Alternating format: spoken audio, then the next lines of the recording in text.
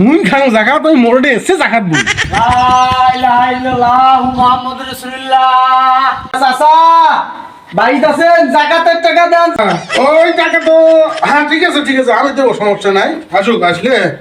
আসসালামু আলাইকুম। ওয়ালাইকুম আসসালাম ওয়া রাহমাতুল্লাহ।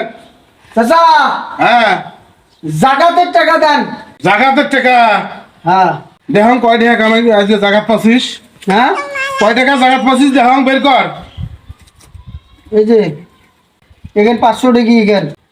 কিরে তুই তো মেলা টাকা জাকাত পাচ্ছিস, 1,500 টাকা জাকাত পাচ্ছিস, 1500। আজকে ঈদ না, আজকে তো দিবে মানুষ, সবাই জাকাত দিবেন আজকে। তোর তো জাকাত ফরজ হয়ে গেছে।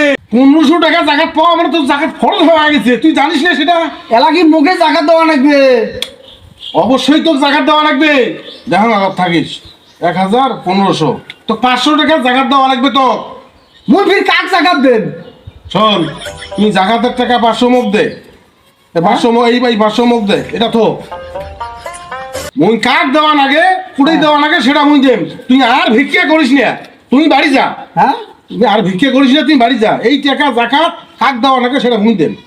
যা তোমরা মো জাকাতের টাকা পৌঁছাইবেন। যা যা, কোনো টেনশন করিস না, যা। আর ভিক্ষা করিস না।